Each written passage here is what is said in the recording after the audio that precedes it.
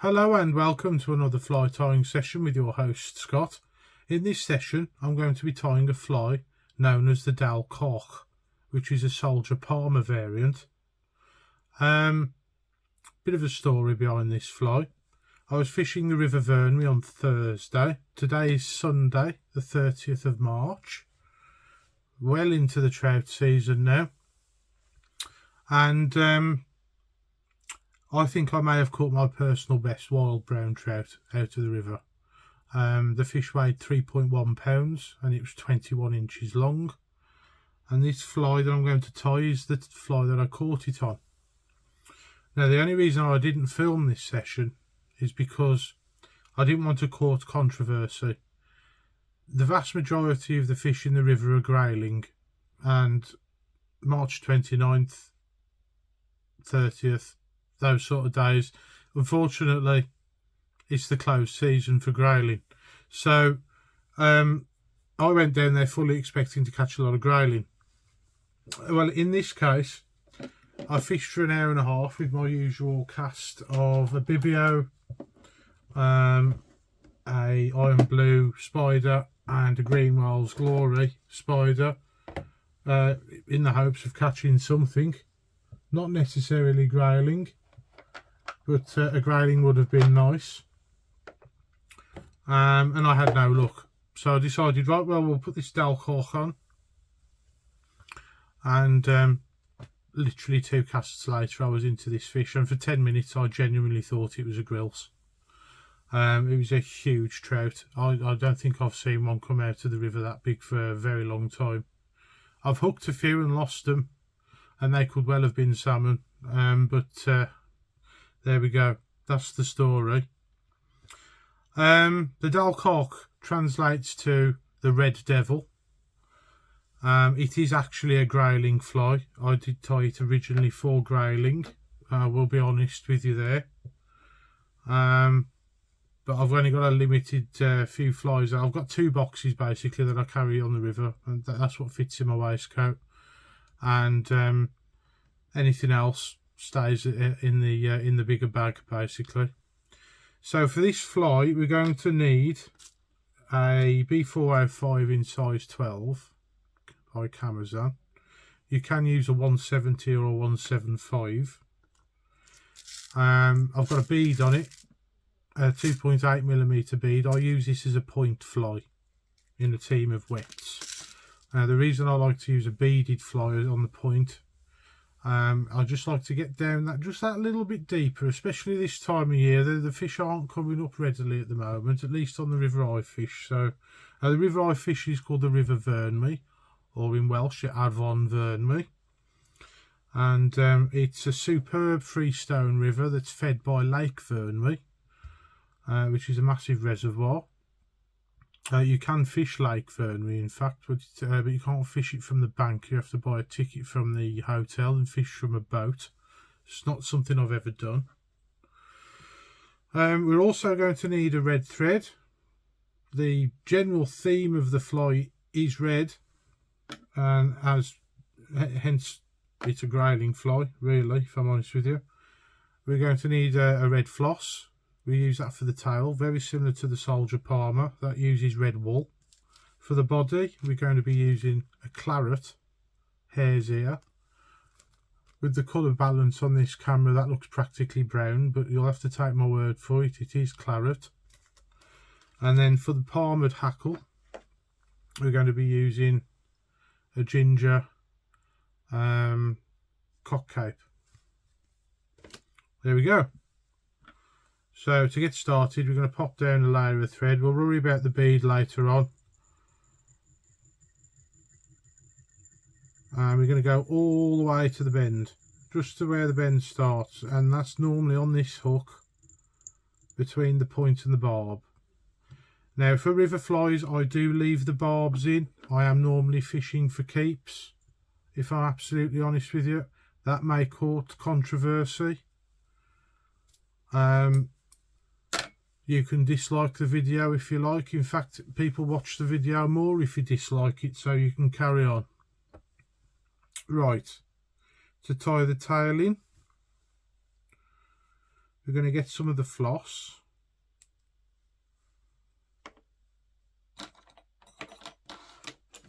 And we're going to quadruple it up.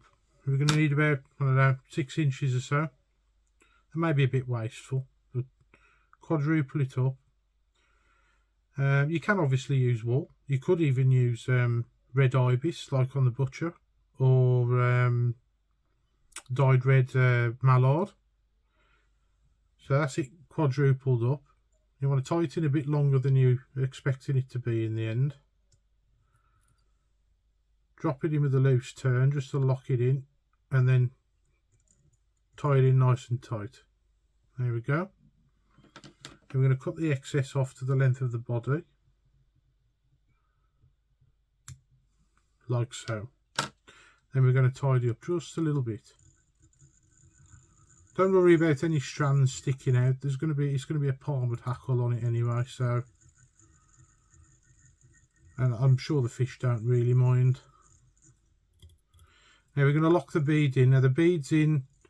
Normally there's a bigger hole one side and a smaller hole the other. The smaller hole is always mounted against the eye of the hook, and then you want to fill the larger hole with thread, basically. And to do that, you wind beyond the hook, as I'm doing here. Maybe come back a few times just to tidy up a little bit. You don't want too much of a lump there. You want just enough just to stop it moving back. That'll do it. And then go back down. Actually, we'll go back just to save bulk. We'll tie in the tinsel now. So we use the tinsel to lock off the hackle, basically. So this tinsel is it's a red holographic tinsel by Madeira. And as you can see, it's quite curly. I don't know why the red one's curly, but it is. So what you want to do is give it a quick stretch, and now it's straight. And that's what you want, really. There we go. You can use red wire if you like. Red wire may actually work better. I haven't got any red wire though, however. So we're going to tie that in at the eye, or at the bead rather, and then just run the thread down.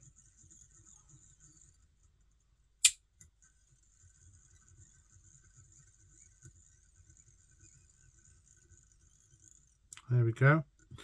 And then I've got one of these material clips on my new vise, so we just keep that out of the way for now. Then we're going to get our claret dubbing.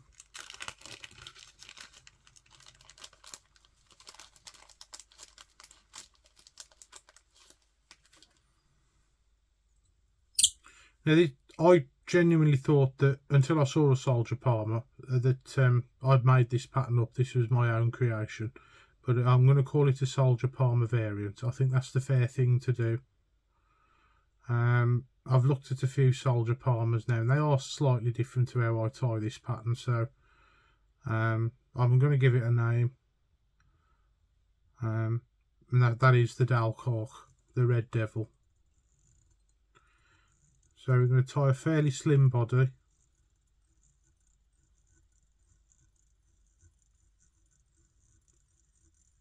We'll sort out the tail in a moment. I know the tail looks a mess right now. Take the dubbing right up to the bead. There we go. The fly is actually very similar to a red tag.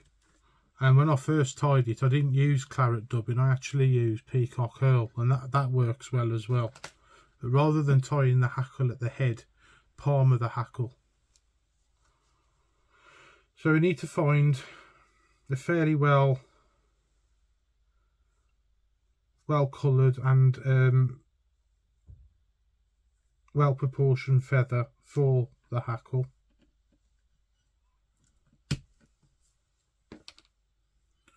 And we'll just check the length by bending them back like so. That looks about right, actually, that one. So we'll go with that. Get rid of the fluff, like so.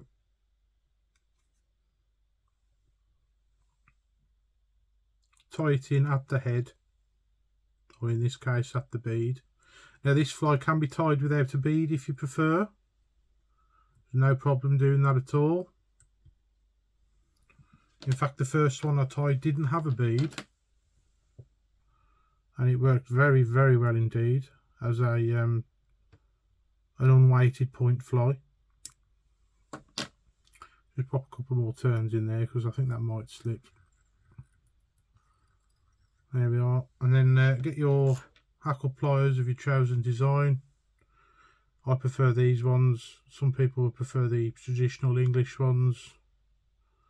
That's completely up to you guys. Now I like to do a full couple of turns at the head. And then palmer.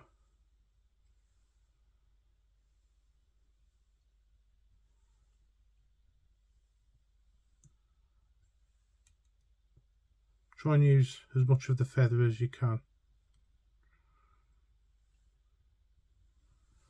There we go. Then get your tinsel and wind the opposite way with the tinsel.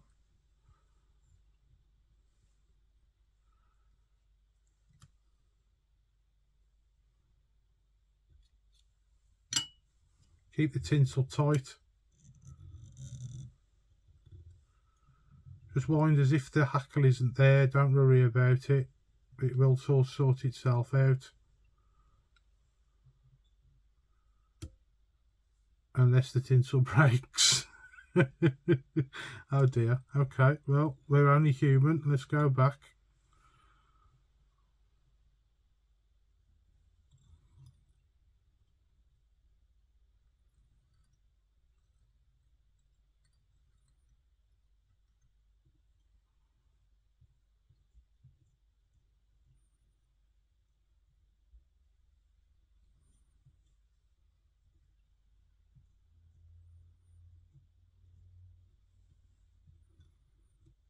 Well, that's a shame. That was going very well. I was just about to finish it off as well. But that's what happens in fly tying. Fishing is a patient sport, and so is fly tying.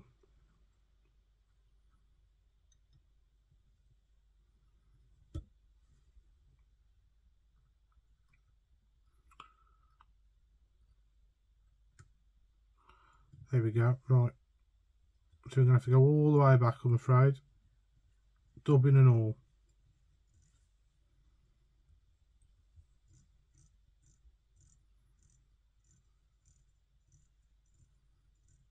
The dubbing behaves.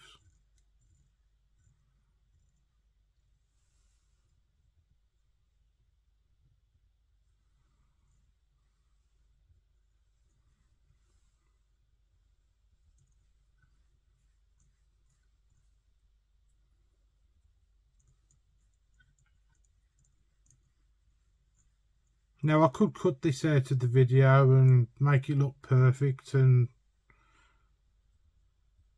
like I'm sure a lot of other fly tyers on YouTube would probably do. I'm not that sort of person. I'm showing it for how it is. So we're back to where we were, where we put the tinsel in. I think we'll try a new piece of tinsel.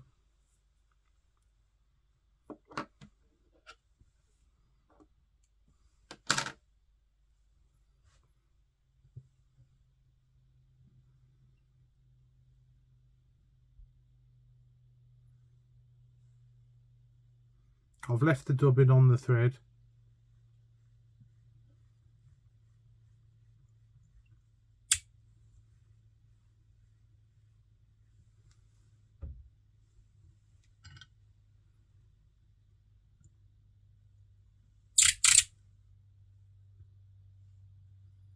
When I show you the picture of the fish, I'm sure you'll excuse me with this one.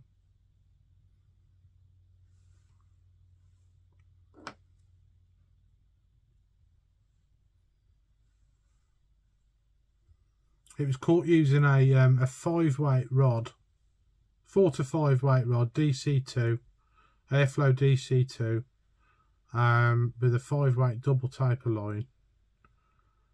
And yeah, it was a good afternoon. It was one of those fish where you caught it and that was it. You didn't need to stay fishing any longer. I actually went home straight after it. I just knew I wasn't going to top it. So that's the body retied.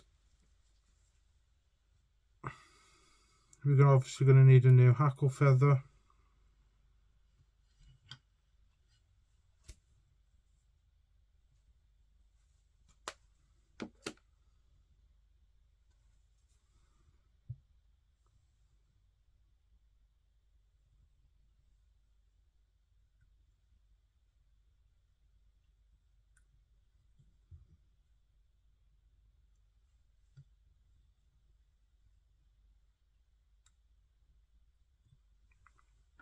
I tie that in well.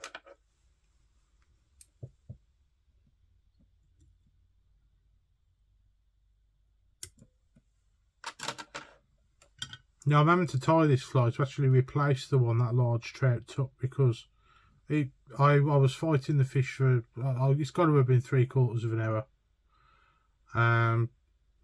It was hooked in an area where the flow was very strong, and I was fighting the fish in the flow more than anything, to be honest. I managed to finally get the fish upstream of me and then net it. And yeah, it was a very, very nice trout. It's probably one of the nicest I've ever seen and caught. It was an absolute privilege, to be fair. So we'll try this again. Hopefully it won't break this time. We'll go the opposite way with the tinsel.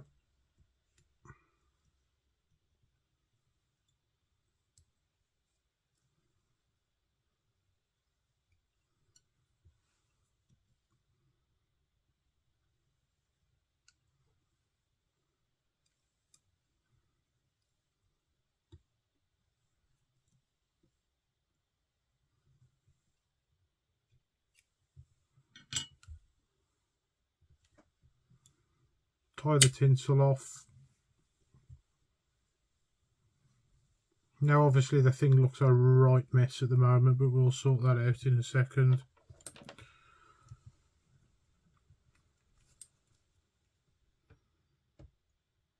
Try and trim the tinsel away without cutting any of the hackle fibres, which is very difficult to do. I think we lost a couple there, but never mind. Brush back and build up your head.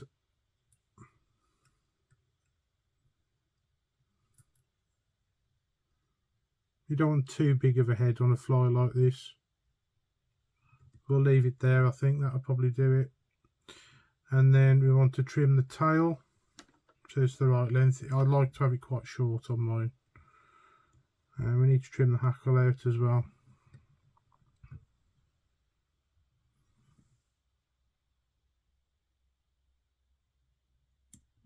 There we go, that's the hackle out.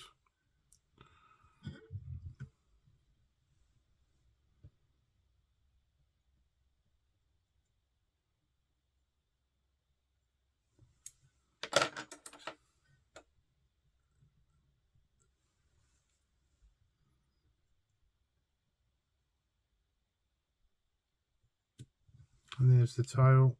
We've missed a strand. It's not an easy pattern to tie, if I'm honest, but we're nearly there.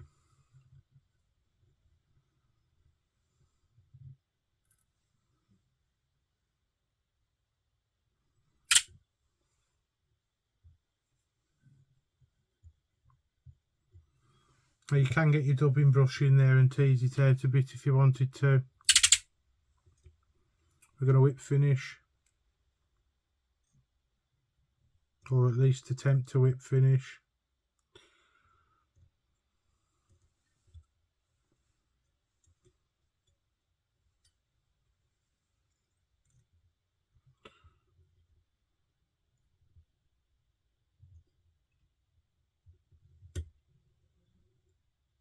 There we go.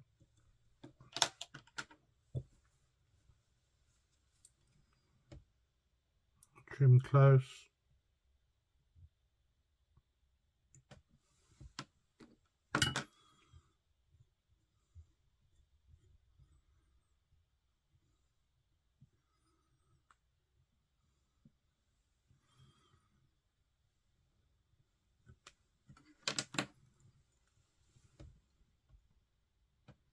A quick tidy up of anything that doesn't look quite right,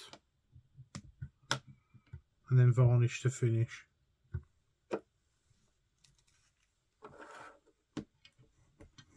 And it's a really odd looking fly, but it just works. I just don't know why it works. It must be the colour scheme.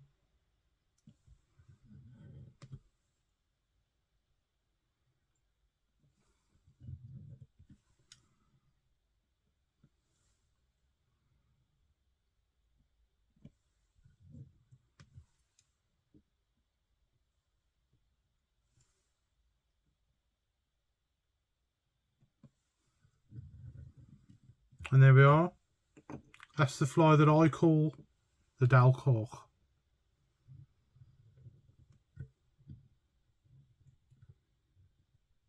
Thank you all very much for watching. Please excuse my mistake on that one. Please like, share and subscribe. And I'll catch you guys in the next one. Bye bye for now.